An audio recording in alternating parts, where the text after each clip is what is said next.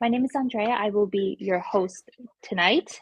With me, I have Harchel and Harsh, who will also be your host. They're our wonderful panelists tonight. I will let them introduce themselves momentarily, but before that, I just want to just share a little bit about who we are, just a couple of housekeeping rules, so to speak.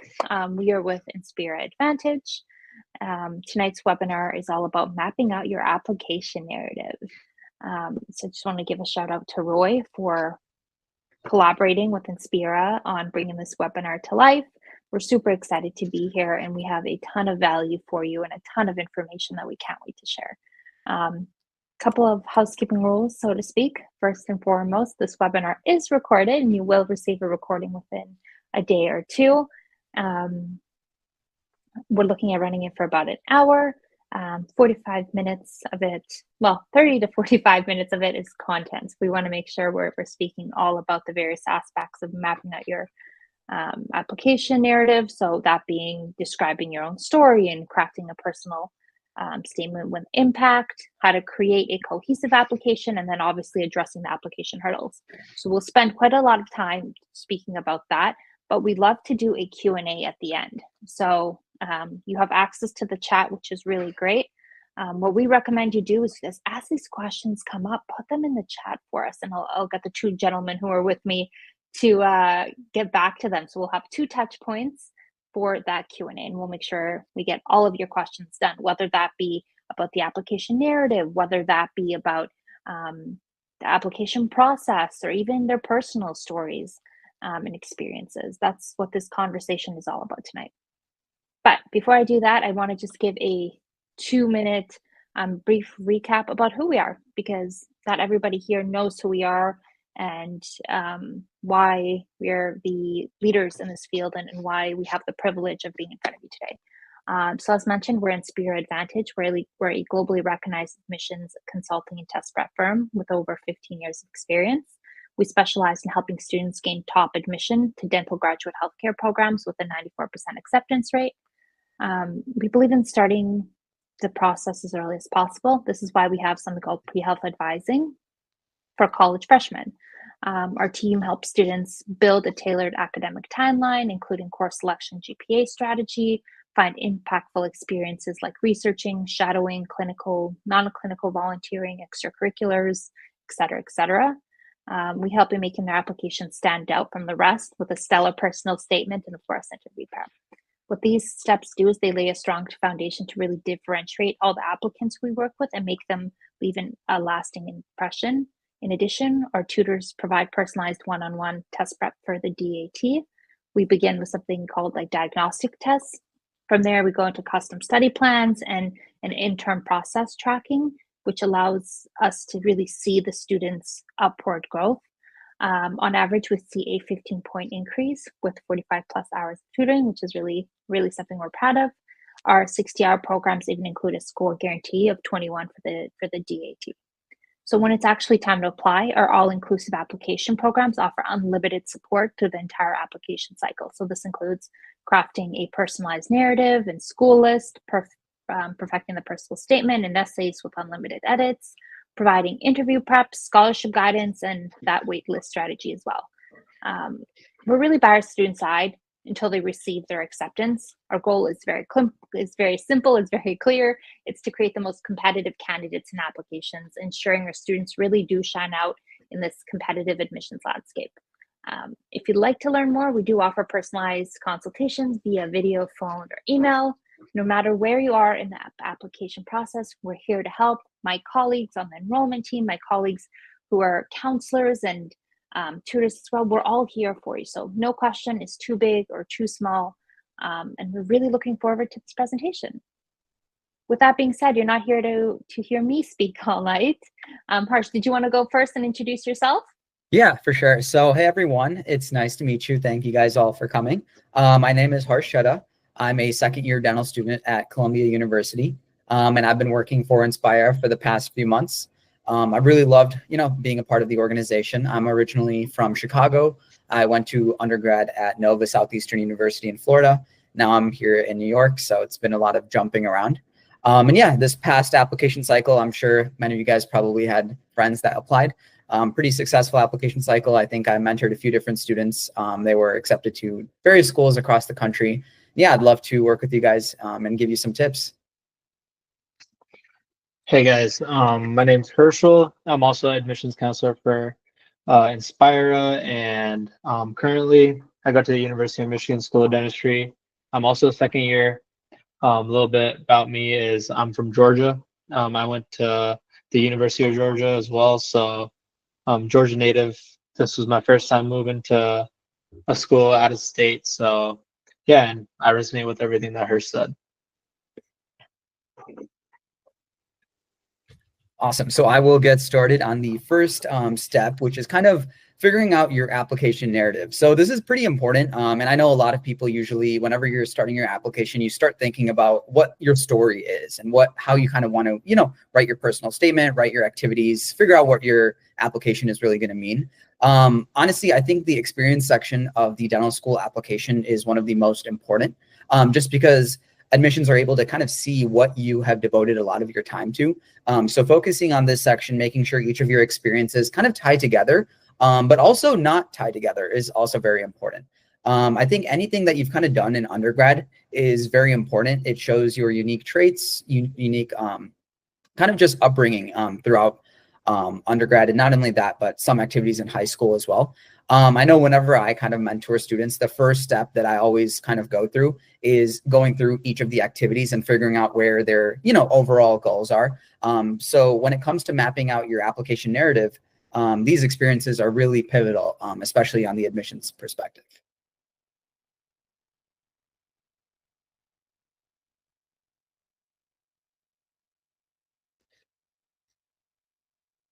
Oh, you're muted. Okay. All right, thank you.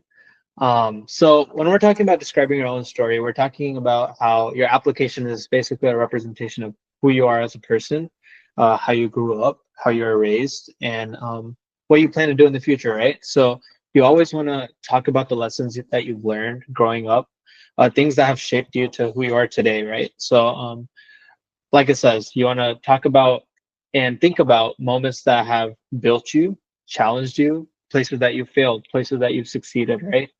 And those different experiences that you have throughout your entire life is going to sort of help shape your story. See, in an application, you do want to make it very cohesive. You want to make sure that one thing flows with another. When you just have random points that sort of don't connect, it shows like the people that are reading your application that, hey, like this guy's just mentioning a couple facts about himself. What really is he trying to show us? And so in this way, you can sort of use your own experiences to sort of build up on who you are and show the people that are reading your application that you're there for dentistry and whatever you're there for. Yeah, so two main things when it comes to describing your story. I get this asked a lot. How do you really figure out what your own story is? And I really think that you're able to do this by highlighting a lot of your experiences that you've done. I'll give you like a personal example. So when I first started creating my application, what I did was I just, I started on a notes app and I would just try to list all the things that I did throughout my undergrad. And from this, the dental school application portal is divided up into a bunch of different categories like shadowing, volunteering, research, stuff like that. So once you make that initial list, you could start divvying up things throughout each of the categories. And what I did was I found one or two things in each of those categories that I thought really resonated with, something that I would like to talk about more. And this kind of helped me start building my story. So when it comes to connecting these experiences, whenever you talk about a specific experience, each experience is so unique where you'll be able to build upon it and talk about it in different ways. For me, for example, when I was writing my personal statement, I tried to draw from each of these activities that I kind of did. For example, I would talk about, the research that I did and how that connects to my interest in the innovation in dentistry. Similarly, the various volunteering activities that I did connects to my future passion of giving back to an impoverished society in India.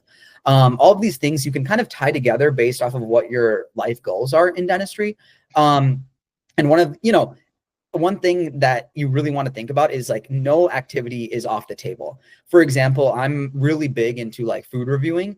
And so Yelp was one of the things that I added as one of my activities. And I got asked that in a few of my interviews because they were like, oh, what is this like Yelp Elite? And essentially it was like a big food reviewing thing that I did throughout undergrad.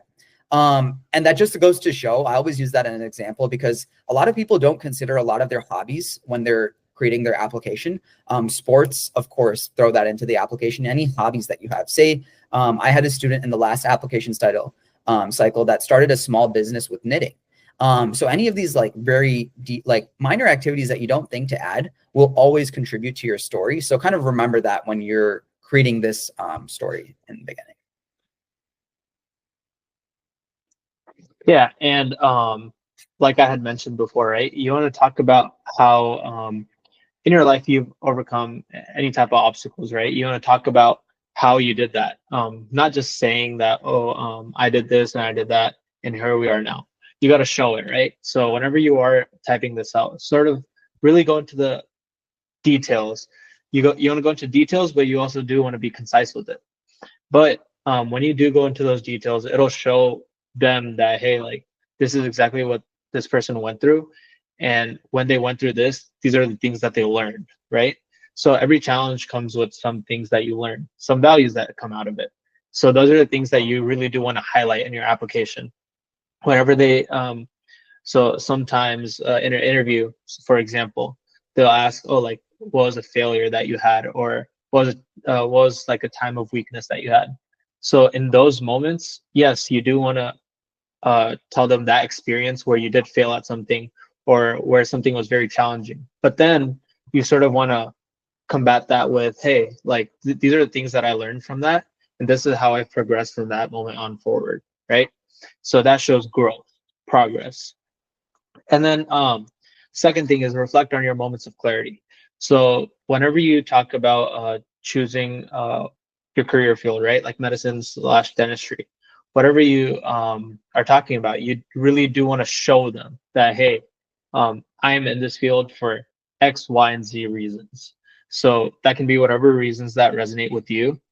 For me, it was something along the lines of, oh, like for dentistry, it was it's a creative field. It's a field where I get to talk to and socialize with a lot of people, and I get to listen to other people's stories. And it's just something that sort of blends those two aspects together for me. And I would say that a lot of people would probably say around the same thing for dentistry, because that is what it is at the end of the day. But those are the things that you really do want to put out there and show the people that are reading your application that, hey, like this guy knows what dentistry is or medicine is, and he's there for X, Y, and Z reason, and make sure those things pop out. Awesome. Yeah, this goes directly into what Herschel was just saying when it comes to showing and not telling. Turning narrative experiences into a narrative is quite a difficult task usually, because I've seen many people often say like, you know, how do you really write these experiences to catch the reader's eye? I think these descriptions, it can be structured in a format where it's very easy to kind of comprehend where your experience is coming from. I'll kind of break down what I'm saying based off of the personal statement versus the activities list. So essentially the personal statement is a giant, you know, essay where you're kind of writing why dentistry. When it comes to describing like these vivid details, it's oftentimes better to describe like a situation with, you know, good adjectives, good like ways for the reader to kind of connect with what you're saying. Sometimes I think students get in the habit of just saying like, oh, I demonstrated a leadership by doing this. Now, it may seem like you're showing and not telling, but to the reader, it just seems like you're just, you know, using these buzzwords. Rather, you want to highlight like a specific story or like a specific experience and use that to show how you demonstrated leadership. Similarly, when it comes to the experiences, turning these into, you know, vivid descriptions is quite hard because you only get a small paragraph for each activity. And so when you're writing about these, you really want to highlight the context. So use like a sentence or two describing what you did in your activity and then really what you learned. I think this is kind of how admissions differentiates people based off of what shadowing experience they have, what, you know, research experience they have, not only describing what you did, but how you hope to apply this to a broader perspective. And not only that, always kind of connecting the dots and making sure you're highlighting your broader goals. Kind of going back to what my example was, I kind of made my application theme about innovation, community service, and just like leadership in dentistry. And the way that I was able to do that is I highlighted different experiences that I had in undergrad, like research, being a president of a club, and just various things like that, where they all connected in one way or another to my broader main three goals. And that way, the admissions people kind of got like a defined way of like, this is what his primary goals are. Now we're trying to see how he fits that in with his experiences. Cool. So crafting a personal statement with impact, right? What both of us, Hirsch and I, have been trying to tell you guys this entire time, right? Show, don't tell. And talking about a compelling introduction. So I feel like whenever thinking about a personal statement, you want to think about, okay, whoever's reading my application has just finished the entire day reading 30, 40, 50 pages of personal statements. Now, me being the 51st statement that they read, what's going to make them jump out of their chair? Because not everyone, they do not want to hear, oh, I love helping people, XYZ. Like, as soon as they see that, they're just like, okay, I don't want to read this anymore. I want to go home. So that's the one thing that went through my mind when trying to write my personal statement. So think about a story. Think about something that is out of the ordinary, right? It doesn't have to be something that's directly related to dentistry. My personal statement started with a Friends episode and a little motif from that entire show.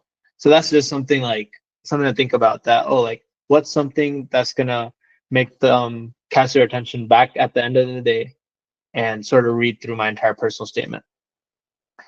And the second thing is showing, not telling. So like Hirsch said, you guys want to have these concrete examples, right? So you tie in experiences, examples from your own life, then bring it back to the qualities that you like in dentistry medicine, right? What do you like in dentistry that's related to the experience that you had? What value did you get from your experience? And how can you sort of directly apply that to your career in the future? So that's just like sort of the gist of how you show, don't tell. I personally followed sort of a structure for all my paragraphs, say my body paragraphs for my personal statement. I always started with the topic sentence. So it would be like, oh, I don't know, topic sentence. Everyone's taking grammar 101. So topic sentence, then it would be your experience. So a little example. And then it would sort of explain that example. So this is where you show, why does this experience matter? And the last sentence would always be tying it back to dentistry, that, oh, like, this is why I'm telling you this, to show my interest in dentistry. So that's just something that I did. Amazing. So I want to take a quick opportunity. Oh, it's taking a second. Hello. I want to take a quick opportunity to do a check-in with our audience to see if there's any questions in the chat as of right now. I'll give everyone a second to get their thoughts in there. In the meantime, as a little thank you for being present with us here tonight and for hosting us, we'd love to offer you a 10% off discount with the code 10OFFWEB for any of our services. And again, it's just a little thank you for being with us tonight. Additionally, if you have any kind of questions that are very specific to your situation, or you want more questions about a particular school or something of that sort, we also welcome you to grab your phone, scan that QR code. It'll take you back to a consultation page where you'll be able to sit down with an admissions counselor and ask any sort of specific questions that you have. I have a wonderful team with me here tonight, but also on the back end. So we have a really large team who's able to answer those questions, and my colleagues are more than willing and ready and capable to help you out. So there's a question in the chat regarding the recording. It is definitely not off topic. That is actually the #1 question we get on every single webinar. You will receive a recording of this meeting, so no worries about that whatsoever. I don't see any kind of other questions for now, so I'll give everyone a moment to see if there's anything else before we move on to the next slide. Herschel, Harsh, anything else you can think of thus far that you want to add on? that's not covered in the second portion of this webinar? Um, no, nothing specific, but just in terms of talking about Inspira a little bit. I know, and in terms of admissions, how it kind of works is if you're kind of paired with a student, what I usually like doing is you get a lot of structure. I think that's the nice thing that you'll kind of get with Inspira is that you get that structure with the deadlines and kind of figuring out how to build each portion of the application, because there's a lot that kind of goes into it.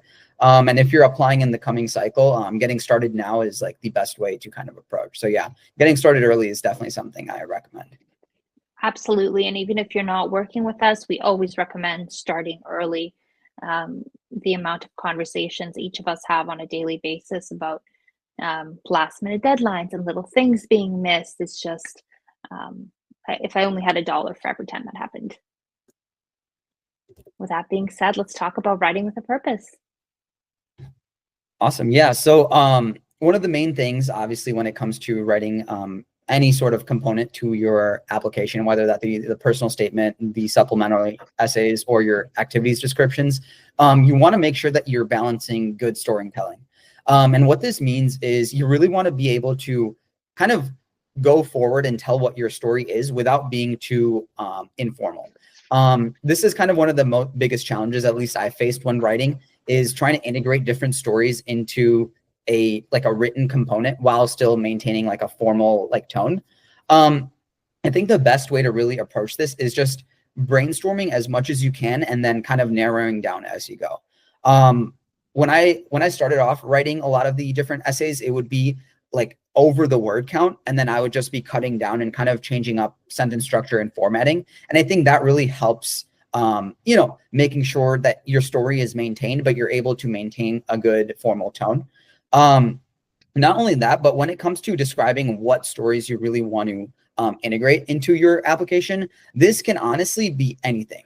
When I say anything, I remember during my interviews, I would talk about a random experience that I had while working as a laboratory assistant when we had one of our chemicals fall. It was just, you can use the most random story as long as it has meaning to it and you're able to explain what you really learned and what kind of values you got out of it. Like, for example, with that chemical spill, it really taught me a lot about responsibility, leadership, and, leading a team. And basically, if you're able to kind of talk and really highlight what you learned from an experience, that's going to be the master of storytelling. And essentially for interviews, that's kind of the highlight that you really want to emphasize.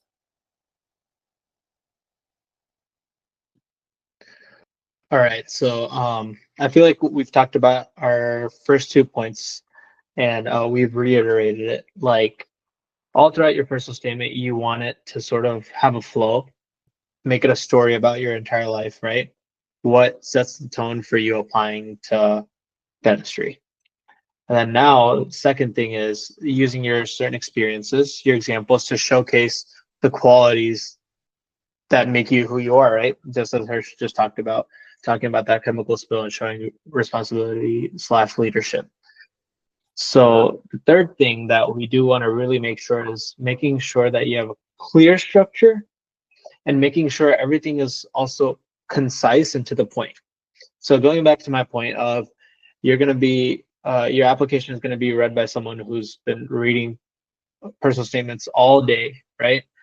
So the last thing this person wants to see is something where they have to sort of dig through your personal statement and try to find a meaning or try to find something that you're trying to tell them, right? So the point I'm trying to get at is whenever you're writing, be straight to the point. Just tell them that, hey, this is why, XYZ. This is why I want to do dentistry, or this is why this experience matters. You want to be very clear about your purpose of writing that example or experience. Because the last thing you want to do is make them try to figure out what you're trying to say. And as soon as they start getting into that mentality that, hey, this guy is just putting a bunch of gibberish or fluffing up his personal statement, that's going to be the one thing that's going to sort of deter your application reader from actually figuring out who you are. And the fourth thing is you want to end your entire personal statement with a conclusion. I'm sure everyone has a different methodology, a different style of writing a personal statement. personally, I can share how I wrote my personal statement. I wrote mine with a traditional 5-paragraph essay. So I had an introduction, I had 3 body paragraphs, and I had a conclusion. So, and then I made that entire thing an entire narrative. So like, I'm sure everyone's been like taught about 5-paragraph essays. So I feel like, I mean, that's how I did it. And I'm sure Hirsch may have done it a different way or the same way, but it's also nice to sort of talk to different people who have applied and see what their structure was or how their style was, just to get a different view on it.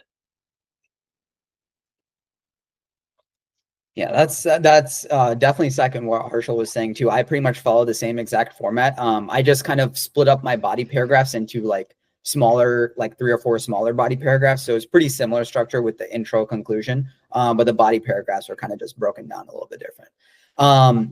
Now kind of going back and talking about how to create that cohesive application. I'll kind of describe this in my personal experience too. When you're trying to align your narrative, your personal statement is not, and your activities are not the only thing that matters. Also, your letters of recommendation are super important. So making sure that you have the right professors that you're asking, not only professors that you've taken as like a class and gotten an A. Nowadays, that's not even enough. Really, you want professors that you've either worked with one-on-one, professors that you've either gone to office hours a bunch, or just professors that you've developed a more meaningful relationship. Just because this will enable them to write more than just your academic standing, but also your personal standing, how you are as a person. And when it comes to aligning your narrative, kind of like what I was describing before, when you're trying to showcase what your strengths and what your weaknesses are, you want to try to break down everything that you have that you want to include in that application. And when it comes to creating that application, I like going and listing out things and describing each of the activities that you've kind of done, and kind of, you know, combining in a way that describes a story. I'll go back into describing a little bit about my personal statement. So like Herschel was saying, I kind of had an intro, but then I described various body paragraphs kind of like in a timeline format of how I got into dentistry. So first, you know, I started off pre-med. I shadowed a lot of doctors. Then I shadowed a lot of dentists, and I found the common thread that dentists always described how they loved the profession and doctors described how they didn't. And so that's what led me into dentistry. And then I described different experiences that I had that kind of solidified this interest. So I had a shadowing experience, a specific, you know, a patient outcome. And then I had a research experience and how this tied into my passion for innovation. And then finally, that community service experience. So I basically broke down a lot of the categories of that application and threw that into my personal statement, and then combined that with like a hook and a conclusion regarding something I'm passionate about. I really like Legos, so I tied that into dentistry as well. And that's how I kind of created my story. And this, you know, this varies immensely. I read a personal statement last year about fully about scuba diving, and I thought that was the coolest thing ever. It flowed so well. Sorry, no pun intended, but the scuba diving, it was just a very interesting concept where he described his experience becoming an instructor and then tied that into dentistry. And I thought that was, you know, very unique. So that just goes to show that there's no one way to create that application. I followed more of like a systematic approach, but there's so many different ways to do it. And one of the main things when it comes to creating this application is addressing gaps. And the best way to do that is to get as many people as you can to read your application. Go through it. That's what, you know, kind of what we're here for. Use the advantage, take advantage of the counseling services as you're able to really see what your weaknesses are. It's really hard for you to judge your own weaknesses. So I think that the best thing that I did when I was kind of applying was I had a lot of people take a look at my application and see what I could have improved on. And I think that really helped out the best. Yeah, and going back to just taking a step back and looking at our application as a whole, right? So just thinking about all of our experiences that we're piling up to sort of put on our application. Let's think about how to be consistent, right? So a lot of people who are sort of like deciding if you get into a program or not wants to see a dedication and consistency for certain things that you do, right? Like they don't want to see just one person that does like a little bit in everything. Rather, they want to see someone who's just dedicated to a couple, like 2 or 3 items or extracurriculars at their school, right? They want to show that they want to see that you have been doing those for like the amount of time that you were at like there at their institution. So, for example, if you're passionate about, say, the knitting thing, correct? So that person can be that person can just say that, oh, I started knitting in January, and then put it on their application in May and be like, oh, hey, like I know how to knit. But then next thing you know, in the interview, they're like, oh, it just seems like you started knitting just so you can put it on my application. Rather, if someone started knitting in like the first year of college and they just got better and better, and by the time they had their interview, maybe they would have brought something to show their um like interviewers that, hey, like this is what I have like progressed into, and I'm like getting actually good at it now, right? So that consistency really helps with strengthening your application, and shows that you're a dedicated individual, which a lot of graduate programs want to see. Second thing is highlight key experiences. We've talked about this again and again. Put those experiences in. And a big thing that a lot of people somehow still ask is, oh, can I lie on my application? The answer is no. It's very easily seen if you are lying on your application, especially in an interview, because it'll just be a very vague answer. If someone asks, oh, like, hey, how'd you get into guitar? Like, and if you haven't been doing it for that long and you just lied on your application about it, it's very easily seen. So just be truthful, right? It's not that hard. And just show them who you are actually as a person. Yeah. So another big part about the application is addressing any hurdles that you're kind of facing. I know the application portal or the process is quite daunting. There's a lot of different, components to it, and there's a lot of different considerations that you have to have. One of the most common questions I get asked is about grades. So say that you failed a class or got a C in a class, anything like that. I think the best way to kind of address a challenge in terms of your grades or DAT score, for example, is to show an upward progression. So, for example, organic chemistry, one of the most common classes to kind of mess up your grade a little bit. A lot of students that I've talked to that have gotten into dental school with an low grade in organic chemistry have shown an upwards progression in not only the later chemistries, but the DAT as well. One of my students in the last application cycle, she had failed organic chemistry initially, which might seem quite grueling, for applying. But on her DAT, she was able to really study hard for that and get a 22. And this really allowed her to show this upwards progression where even though she started off with struggle in organic chemistry, she was able to address that with a high performing DAT score. Now, obviously, every dental school looks at things differently. But one thing that I've seen in common is people that show an upwards trajectory in anything that you're kind of doing will always succeed the most when it comes to applications. Now, another thing that you can do is use your personal statement or any other application portion to explain an obstacle that you faced. I know that grades are often explained there's a section in the application portal that allows you to explain like a specific grade and why, like what happened. Alternately, you can describe, say like, one semester just did not go well. Like you had a health issue, you had a family emergency, one semester did not go well. You can use this personal statement to describe what happened, but the best thing for you to show is describe what you learned from it and how you improved in the semester following. So I think this is really, a lot of times students forget that the applications readers are people too.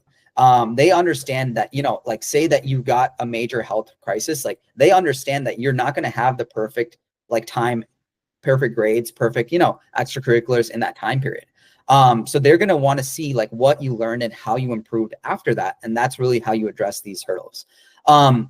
And not only that, but showing this upwards trajectory really shows your resilience, and you're able to connect that in interviews, in essays, and describe how in dental school you're going to be using these experiences that were previous drawbacks, but now turned strengths for your future in dental school.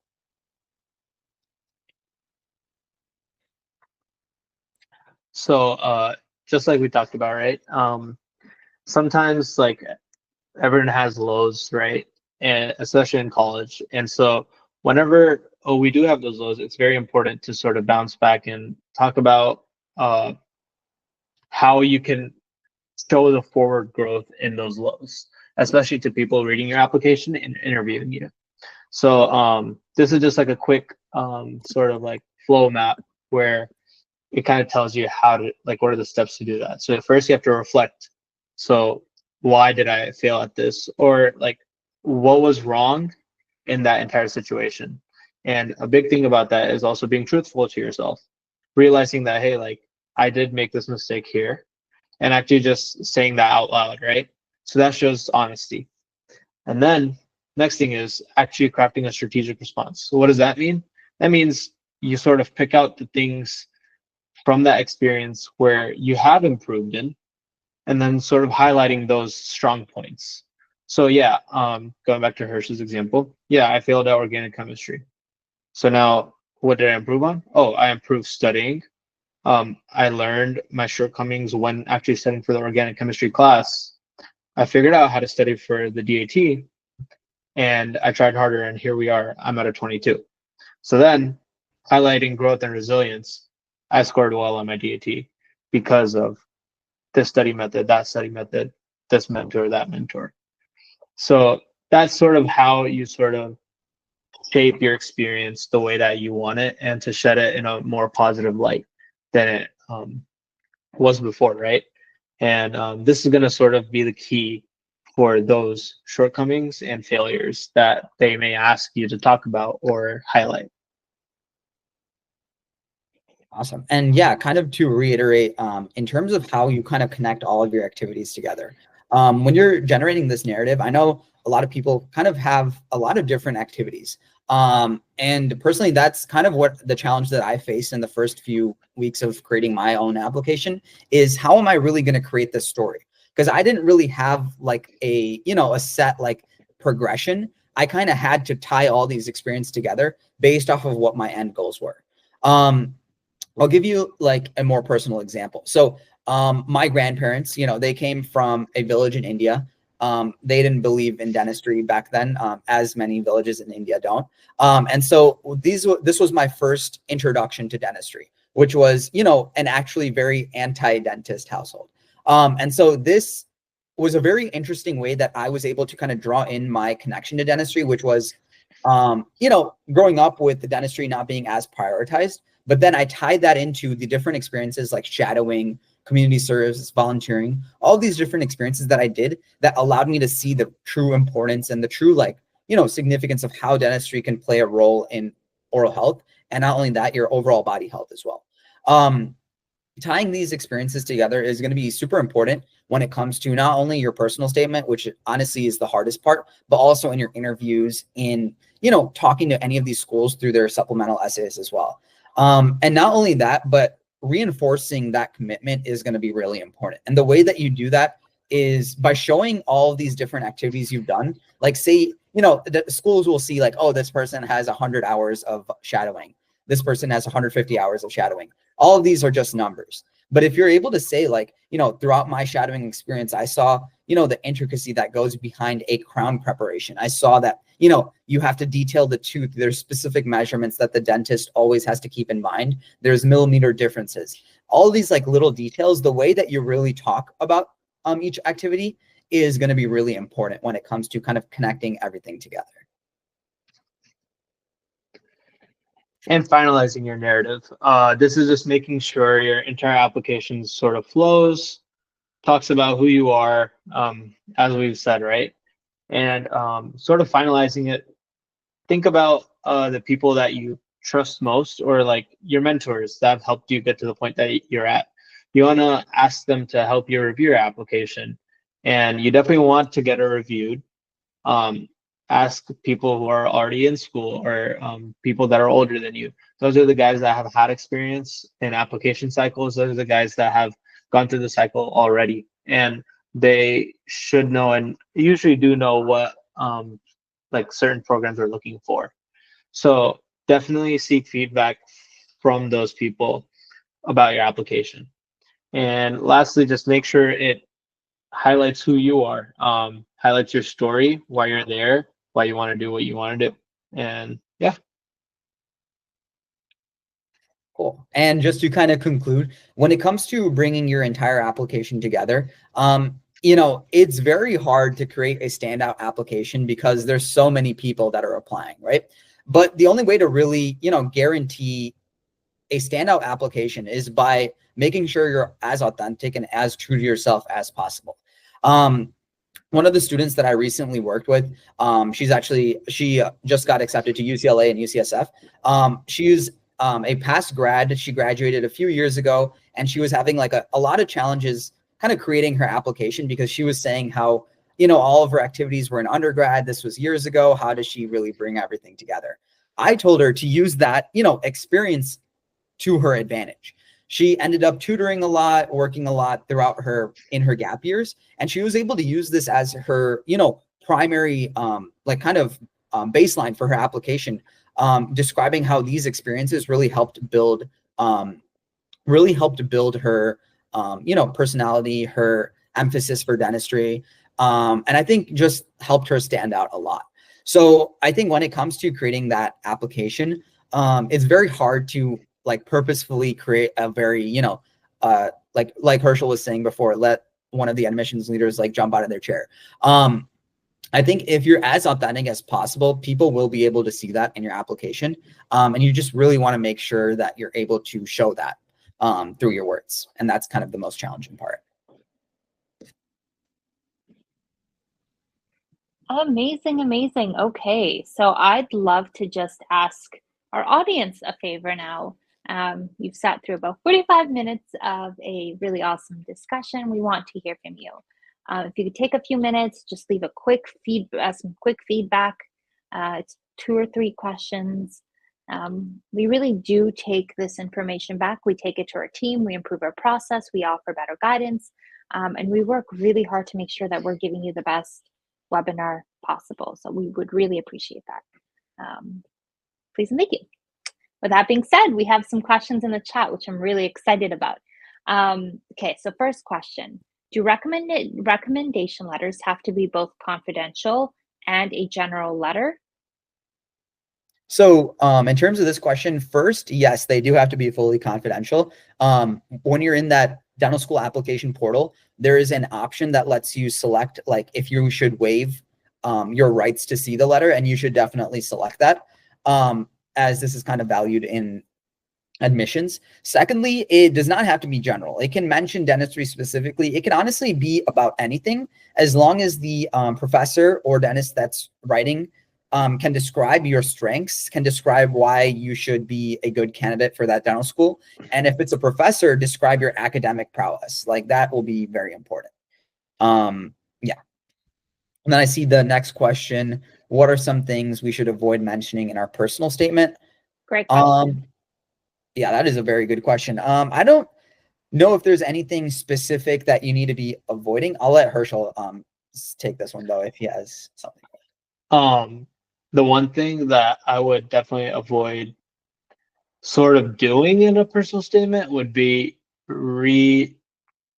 talking about your entire application again.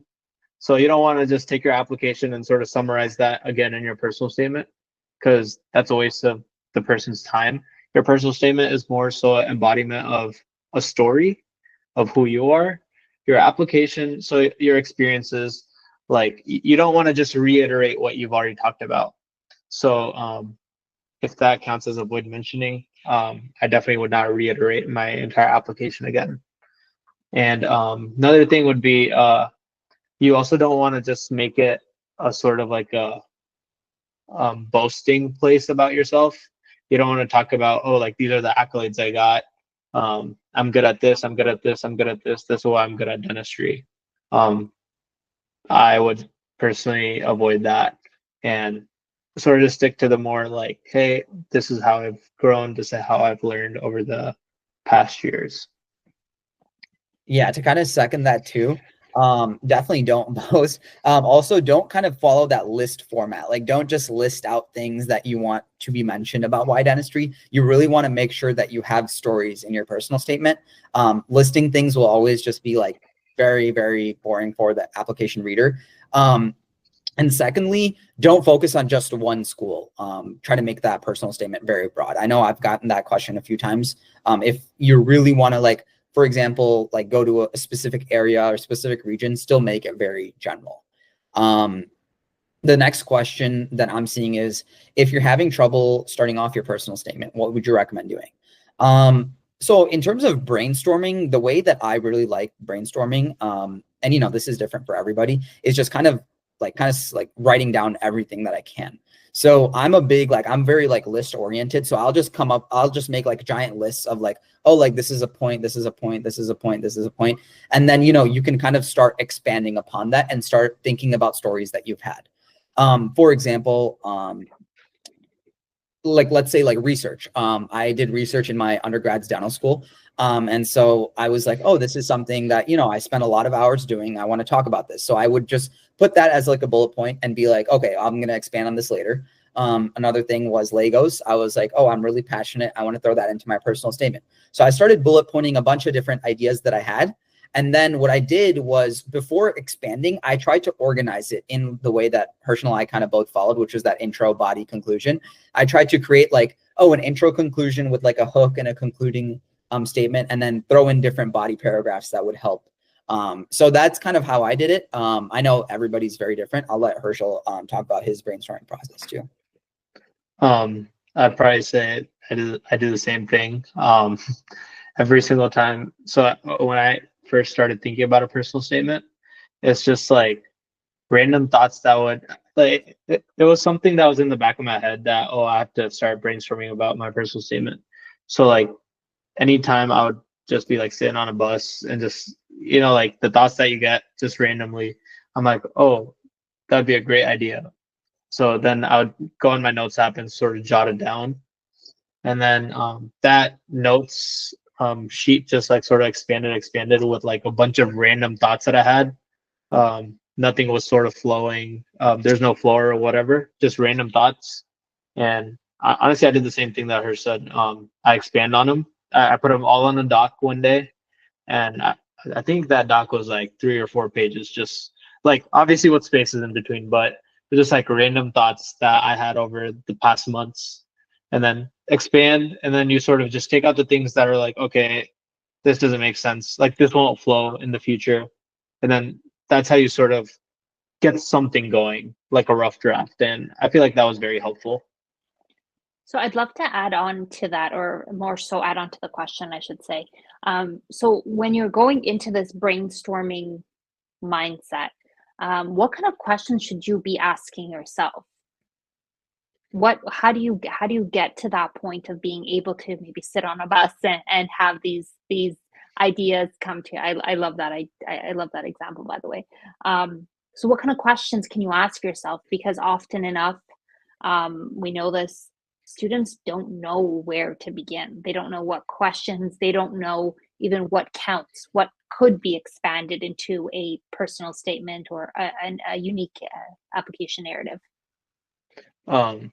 I think the first question, or a question that I often ask myself, was, what would a 50-year-old person reading my application think of me? Or what would he think when reading my personal statement? So that's the type of thought that I started with, at least for my introduction. I was like, oh, like what are some weird but cool ideas that I can sort of just put into my statement that relate to what I like in life? So like I said, I do like watching TV. I'm sure like a lot of people do as well, right? But Friends was something that I enjoyed a lot, and so that's just how my personal statement ended up being. Was it about Friends? No. It was not entirely about Friends, but that is how I started my personal statement. I started off with Friends, and then I went into some of my hobbies like drawing, painting, and yeah, just ended up. What was your topic? Sorry. My topic was like sort of my hobbies, such as drawing and painting. And then I sort of connected that with, I can just give like a quick gist. So say like painting, in painting, you have to blend a lot of different colors to get certain tones and values of colors that you like in your final like piece of work. And so that kind of related to dentistry, where as a professional, you do have to learn how to blend different personalities. Some patients are very talkative, some patients aren't very talkative. And so you sort of have to figure out how much, like what type of personality you're going to put out there in front of your patient and sort of just make that interaction so cohesive with them and just make like that color come out just as perfect as you want it to be. So that was just like a gist of one of my paragraphs. I love that. Roy, did that answer your question? And if you're asking us questions and you'd like us to elaborate, please don't hesitate. We want to hear from you.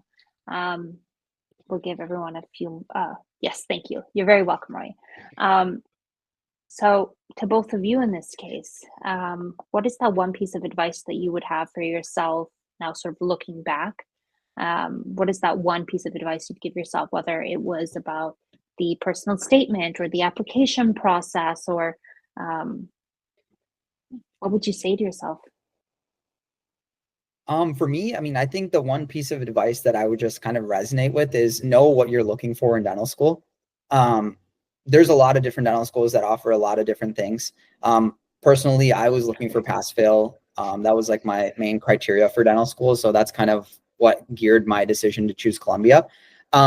But obviously there's so many different, location is another thing that is important to a lot of people. Cost is another thing, whether or not you want to specialize. There's so many different things that are important to you.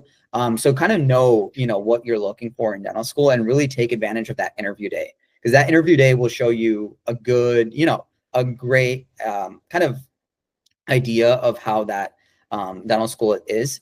Interestingly enough, I actually met Herschel at a interview for University of North Carolina. So we've known each other since the application cycle, which is something that's always very interesting.